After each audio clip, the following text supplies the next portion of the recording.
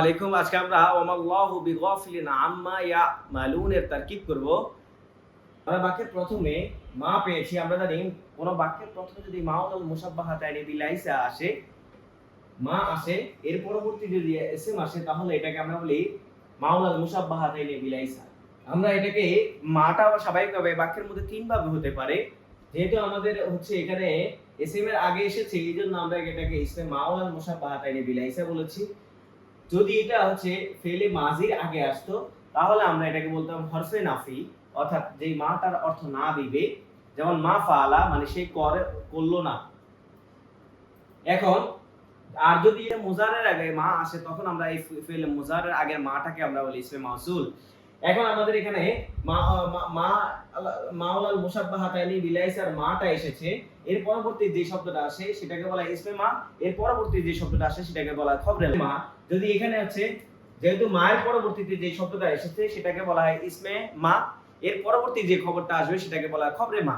যদি এখানে লা আসতো তাহলে আমরা এখানে বাক্যটা ব্যবহার করতাম ইসমে লা, তার পরবর্তী যে অংশটা থাকতো সেটাকে বলতাম খবরে লা। এখন আমরা এখানে যেহেতু সবাইকে ওই মাউলাল মুশাব্বাহাতাইনি বিলাইসা এর পরবর্তীতে একটা মারিফা থাকে, এখানে মারিফা এসেছে, যেহেতু মারিফা এসেছে আমরা জানি ইসমে মাউলাল মুশাব্বাহাতাইনি বিলাইসার পরবর্তী যে ইসমটা আসে সেটাকে বলা হয় ইসমে মা।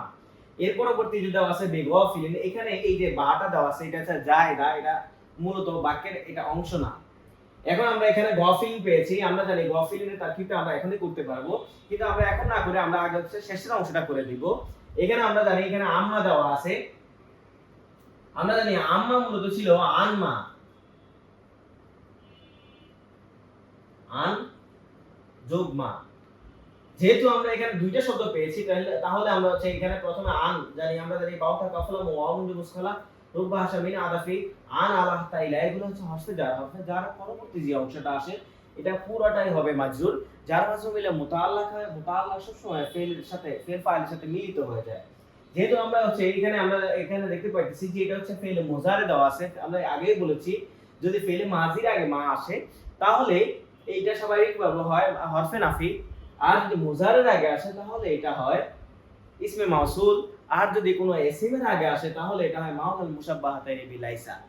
আচ্ছা, এখন আমাদের যেহেতু মাটা পেয়েছি, আমরা জানি মাটা ইসমে মাউসুল, কারণ এটা কিসের আগে এসেছে, ফেলে মুজারের আগে এসেছে। আমরা জানি ফেলে মুজারের এই অংশটা ফেল, আর এখানে সিগার আলামত যেটা সেটা ফাইল, কারণ এই সিগাটা 12 সিগার সিগা।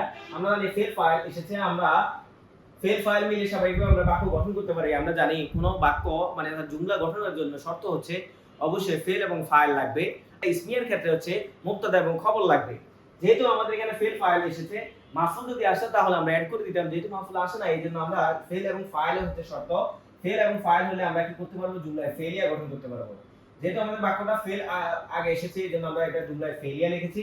যেহেতু আগে আমাদের ইসমে মাউসুল আছে, আমরা জানি ইসমে মাউসুলের পরবর্তী যে অংশটা আছে সেটাকে অবশ্যই সিলা বলা হয়। সিলাটা অবশ্যই কি হবে, জুমলায় ফেলিয়া হবে। এই জুমলায় ফেলিয়াটা মাজির মাধ্যমে আসতে পারে, মুজারের মাধ্যমে আসতে পারে। এখন যেহেতু ইসমে মাউসুল পেয়েছি, আমরা জানি ইসমে মাউসুলের পরবর্তী অংশটাকে বলা হয় সিলা।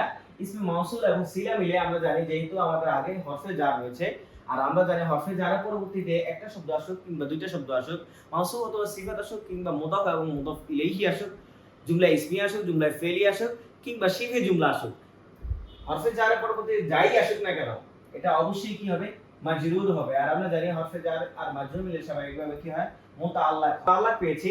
আমরা এখানে স্বাভাবিকভাবে যদি ফেল ফাইল পেতাম তাহলে এটা, অথবা মাফুল যদি পেতাম তাহলে মুতাআল্লাকে ফেল ফাইল এবং মাফুলের সাথে মিলিয়ে জুমলায় ফেলিয়ার অংশ করে ফেলতাম। যখন আমরা কোনো বাক্যের মধ্যে মুতাআল্লাক পাবো যেটা এসএম দিয়ে শুরু হবে, তখন আমরা এখানে দুইটা কাজ করব। যদি আমরা এখানে দেখব যে কোন শব্দকে কি শিফে ফেল বানানো যায় কিনা, যদি এটা ফাইলুন মাফউলুন মাফআলুন মিফআলুন আফআলু ওজনে থাকে, যদি ফাইলুন ফাউলুন ফাআলুন অথবা সিফাতে মুশাব্বাহ বা ইসমে ফাইল মুবালাগা হিসাবেও যদি আসে তাহলে আমরা এটাকে কি করব, শিফে ফেল ধরে নিব। আর যদি আমরা ওখানে কোনো শব্দকে এর ওজনে যদি না ধরতে পারি তখন আমরা কি করব, মাওজুদুন সাবিতুন দাবিতুন এই তিনটা ফেলের মধ্যে যে কোনো একটা ফেলকে উজ্জ হিসেবে নিয়ে আসব। যেহেতু আমাদের এখানে গফিলিন দেওয়া আছে, আমরা জানি এই গফিলিনটা ফাইলুন ওজনে আসছে, আর ফাইলুন ওজনে যেহেতু এসেছে আমরা এটাকে শিফে ফেল ধরতে পারি। আর আমরা জানি এটার ফাইলটা হচ্ছে দমির হুয়া, তো এই হুয়াটা হচ্ছে ফাইল। তাহলে আমরা শিবে ফেল এবং ফাইল পেয়েছি। এর পরবর্তীতে হচ্ছে মুতাআল্লাক পেয়েছি। আমরা জানি শিবে ফেল ফাইল এবং মুতাআল্লাক মিলে যেহেতু শিবে ফেল দিয়ে শুরু হয়েছে তাই এটা হবে শিবে জুমলা।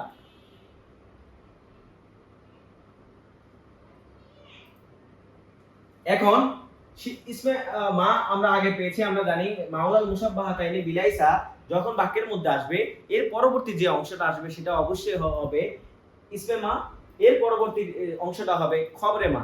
যদি এখানে লা আসতো তাহলে তো ইসমে লা, পরবর্তী অংশটা হতো খবরে লা। যেহেতু আমাদের ইসমে মা পেয়েছি, আমরা জানি এই ইসমে মায়ের পরবর্তী অংশটা যাই আসুক না কেন সেটা কি হবে, খবরে মা হবে। এখন আমরা জানি খবরটা স্বাভাবিকভাবে কি হতে পারে, খবরটা একটা শব্দ হতে পারে, মারফা হতে পারে, নাকেরা হতে পারে, মাউসুল অথবা সিফাত হতে পারে, মুদাফ এবং মুদাফ ইলাইহি হতে পারে, জুমলা ইসমিয়া হতে পারে, জুমলা ফেলিয়া হতে পারে, শিবে জুমলা হতে পারে।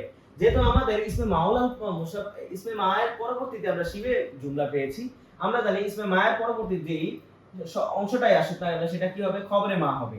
আর আমরা জানি ইসমে মা এবং খবরে মা মিলে স্বাভাবিকভাবে কি হয়, যেহেতু বাক্যটা এসএন দিয়ে শুরু হয়েছে তাই এটা হবে জুমলা ইসমিয়া। কারণ এখানে বাক্যটা হচ্ছে আল্লাহ, যে আমরা জানি আল্লাহ হচ্ছে আমাদের সৃষ্টিকর্তার নাম, আর নাম দিয়ে যদি শুরু হয় তাহলে এটাকে বলা হয় জুমলা ইসমিয়া। যদি ফেল দিয়ে শুরু হতো তাহলে তো বলা হতো জুমলা ফেলিয়া।